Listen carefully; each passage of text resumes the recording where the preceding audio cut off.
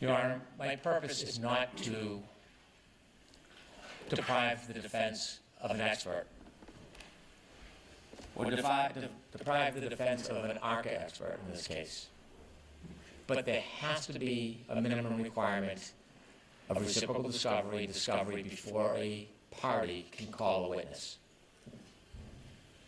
It's not enough to say that the witness is helpful or unhelpful. There has to be full disclosure when calling an expert.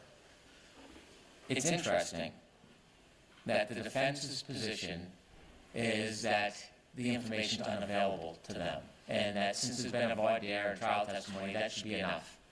Well, what the government worries about is that there's other things that are relevant, like compensation, promise, reward, inducement, whether there's collaboration between one side or the other and that expert witness that they don't know about, they can't ask about. That there's some type of bias or favoritism that the expert might have towards one side for whatever reason. So if that information is not disclosed, then it is not only an impediment, it creates a position where it is an unfair examination. It's not the ARCA witnesses that I have the issue with. It's the issue, the fact that I don't have adequate discovery. If the defense is going to be a proponent of those witnesses, they have obligations, Rule 14 obligations, for basic discovery. Now, I wasn't at the last trial, but I've read the transcripts. And on June 10, 2024, you asked the defense about ARCA, and it was represented that these experts were hired by the federal government, and they provided a report to us pursuant to a TUI request. It was specifically outlined and ruled that they could not prep with us for trial. Could not prep with us for trial. And so Your Honor said, so I am to believe that the defense is calling 3 witnesses that you've never spoken to and putting them on the stand here. And the answer, that's essentially it. We've spoken to them only for purposes of coordinating their testimony and their background. We've not been able to interview them regarding their findings, which are outlined in detail in the reports that both sides have. Your Honor said, see, I don't see that as being the report. I don't see that as being detailed. It leaves a lot of questions as the gatekeeper as to what they can testify. You have not complied with your Rule 14 obligations. And the defense says, we can't, Your Honor. And Your Honor said, so you can, but you haven't. So I'm left with that you have not complied. So where in the transcript is this? On page 28, 12 and 28, 13 of June 10, 2024. Now, having some familiarity with the federal government,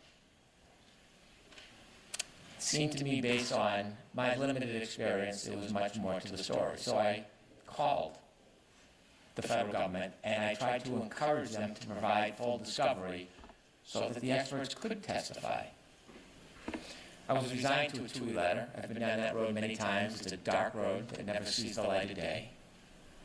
So I filed a TUI letter, comprehensive TUI letter. And it was delayed. And over a long period of time with requests and deadlines, I finally received a response that was unresponsive. And it was striking that it wasn't noted as unresponsive, just when I read the materials, and Attorney McLaughlin actually identified them. They didn't respond to our request, so Attorney McLaughlin wrote back. And then we got new materials, just some. But these materials are the very reason why the defense should not be able to call witnesses without giving full discovery. Having not been at the last trial and reading the transcripts, I only have a flavor for the last trial. So there's email correspondence between the defense, not only the federal government, but the ARCA witnesses themselves. A recent request for their appearance, pursuant to which I have no issue with. But if we look back earlier in the relationship, what we see back in March 22nd, 2024, is that there are conversations between the defense, Attorney Jackson, and Daniel Wolfe, who's one of these ARCA witnesses. Thank you so much for taking the time to get on the phone with me this morning pursuant to our conversation. Please feel free to forward an engagement letter to this email address. I will get that countersigned and return to you forthwith, along with the retainer as required. The Commonwealth, as I understand it, was not aware of any promised rewards or inducements or payment. They relied on a reciprocal discovery order of this court for that information. Response: Hi, Alan. Subsequent to our conversation on Wednesday, the U.S. Attorney's Office asked we pause any further conversation until we receive additional information from their office regarding how our involvement will move forward. Now, it's not the opinion that troubles me, it's the relationship, and the Commonwealth should have an even playing field. Saturday, June 22nd, Daniel Wolfe writes, Alan, I spent some time this morning putting together a brief outline of my qualifications, also attached my D&T list. I obviously won't say what the response is verbatim, but I gave you a general sense of what my response would be. Again, I thought your questioning during the voir dire was fantastic, so please feel free to make whatever changes you feel necessary. Now, this isn't information provided by the defense in reciprocal discovery. This is information provided by the federal government after numerous requests, 2 requests, and an insistent, the best I can, to get as much information as I can. We then have provided an outline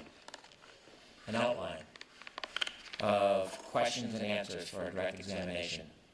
The Commonwealth did not have the luxury, the privilege, did not even know that there was an outline that was being disseminated by this totally independent witness who took no side other than that of the truth.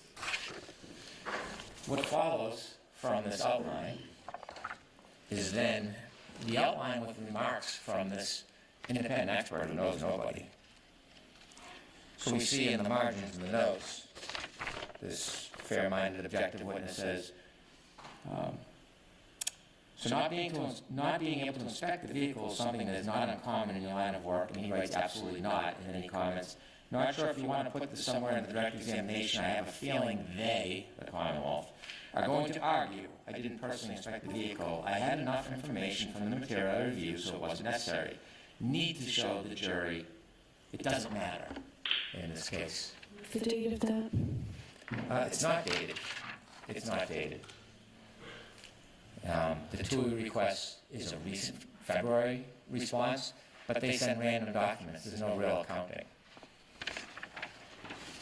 Now, I'm not saying that undermines the conclusions of ARCA, or not. I'm not saying they're not qualified witnesses, but it certainly shows some bias. I've turned over a lot less in this case than this. Another comment. Would it be fair to say because you had a lot of nighttime visibility work, your cases frequently involve pedestrians? Yes, unfortunately, there is a direct correlation between the time of day and pedestrian fatalities. Statistically speaking, most pedestrian fatalities occur during the evening and night hours. That would have been nice to have. So my specialty in the area of lighting and human factors results in a lot of my cases involving pedestrians. Pretty important stuff in this case. And then he comments, if you don't want me to say this, that's fine. That's fine. Shh. Don't tell them. Have you qualified as an expert in court before? Yes. I realized my testimony, I said it 20 times when you asked how many I've been qualified. I misinterpreted the question, my fault. 11 trials, 7 depositions. Not sure if you want me to clear that up. I don't know if it was ever cleared up. And then a bill from ARCA to the defense for $23,925.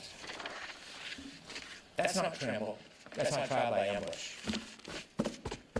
That's getting duped.